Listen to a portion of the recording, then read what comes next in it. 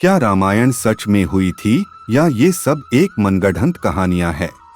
इसके ऊपर कई बार चर्चाएं हो चुकी हैं।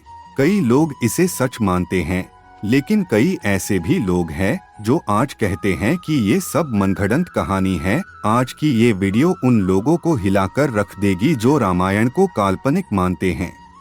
आज हम आपको वैज्ञानिक रिसर्च के कुछ ऐसे सबूत दिखाएंगे जिन्हें देखने के बाद आप भी ये मानने को मजबूर हो जाएंगे कि रामायण बस एक धार्मिक किताब और मनगढ़ंत कहानी नहीं है, बल्कि रामायण सच में हुई थी और श्री राम, रावण और हनुमान जी सच में मौजूद थे। साथ ही महर्षि वाल्मीकि द्वारा रामायण में भगवान राम की पूरी जानकारी लिखी गई है। तो वीडियो शुरू करने से पहले जो लोग भगवान राम को मानते हैं वो चैनल को सब्सक्राइब जरूर करें। नंबर 1, रामायण कालीन हवाई अड्डे। जितना हम रामायण को भारत में मानते हैं उससे कई ज्यादा रामायण को श्रीलंका में माना जाता है, और इसीलिए श्रीलंका में रामायण अनुसंधान टीम ने रावण के रामायण काल के 4 हवाई अड्डे खोजने का दावा किया है। पिछले 9 वर्षों से यह ऑर्गेनाइजेशन श्रीलंका के कोने कोने की छानबीन कर रही थी। यहाँ उन्हें कई अवशेष मिले, परंतु 4 सालों में श्रीलंका के दुर्गम स्थानों के खोज के कारण रावण के 4 हवाई अड्डे हाथ लगे। रामायण अनुसंधान टीम के अध्यक्ष अशोक केंट का कहना है कि रामायण की लंका वास्तव में श्रीलंका ही है। यहाँ उसानगोडा, गुरुलोपोथा, तोतुपोलाकंदा और वरियापोला नामक 4 हवाई अड्डे मिले हैं, और इन्हीं हवाई अड्डों से रावण अपने पुष्पक विमान को आसमान में उड़ाता होगा।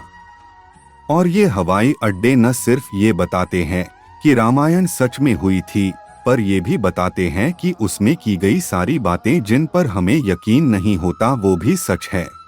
नंबर 2, रावण का महल। रामायण के अनुसार रावण सोने की लंका में रहा करता था, जिसे हनुमान जी ने जला दिया था। श्रीलंकन गवर्नमेंट को श्रीलंका में एक महल मिला है जो रामायण काल का महल होने का दावा है। इस महल से कई सीक्रेट रास्ते निकलते हैं जो उस महल को शहर के अलग अलग जगह से जोड़ता है। लेकिन जब रिसर्च टीम ने इन गुफाओं पर रिसर्च की तो ये पता चला कि गुफाएं नेचुरल नहीं बल्कि किसी समय में इंसानों द्वारा बनाई गई है। श्रीलंकन हिस्ट्री के अनुसार रावण इन्हीं रास्तों का उपयोग करता था।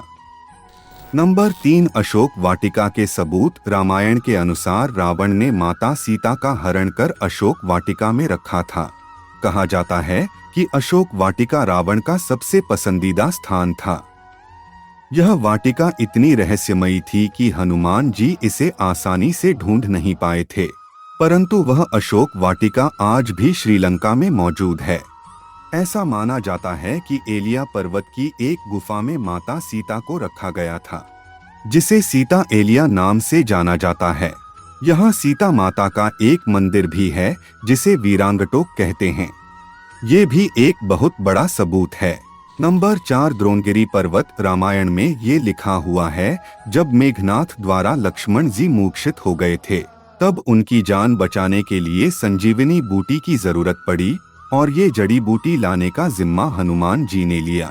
तब हनुमान जी द्रोणगिरी पर्वत पर गए थे, परंतु जब हनुमान जी को संजीवनी बूटी का पता नहीं चला तब वह द्रोणगिरी पर्वत ही उठा लाए थे, और उस पर्वत के साक्ष्य आज भी मौजूद हैं। नंबर 5, राम सेतु। राम सेतु को एडम्स ब्रिज भी कहा जाता है। इसके बारे में पक्का सबूत तो तब मिल गया जब नासा ने सैटेलाइट तस्वीरें जारी की। पैसिफिक ओशियन की तस्वीर में कुछ ऐसा था जिसे देखकर वैज्ञानिक भी हैरान रह गए। पैसिफिक ओशियन के हिस्से में साफ तौर से पत्थरों की एक लाइन बनी हुई नजर आ रही थी। वैज्ञानिकों ने इस पर ज्यादा रिसर्च की तब पता चला कि ये पत्थरों से बनी हुई लाइन है।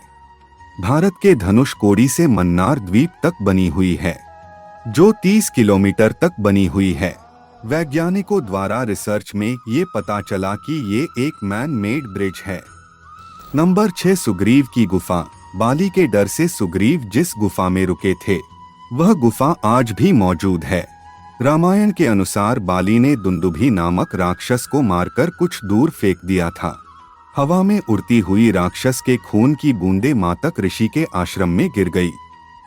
ऋषि ने अपने तप के बल से जान लिया कि ये किसने किया है।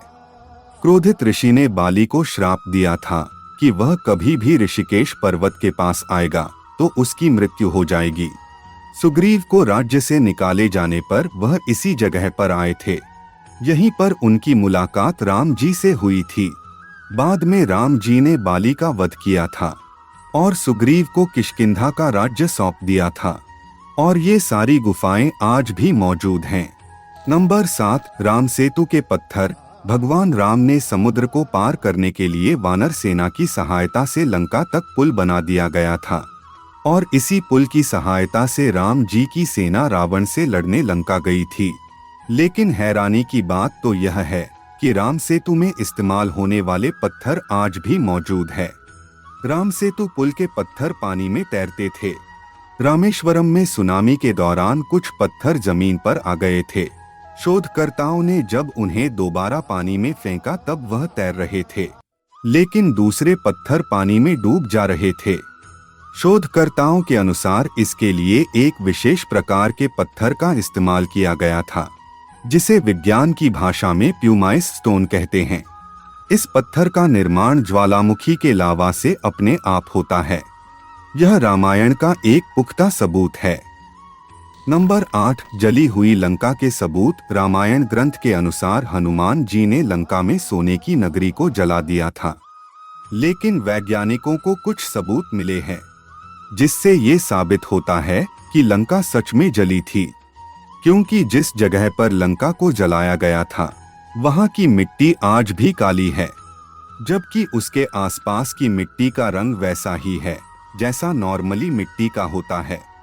और अब जब आपको हमने इतने सारे सबूत दे दिए हैं तो ये साबित होता है कि रामायण सच में घटित हुई थी और आप रामायण को सच मानते हैं तो कमेंट बॉक्स में जय श्री राम जरूर लिखें।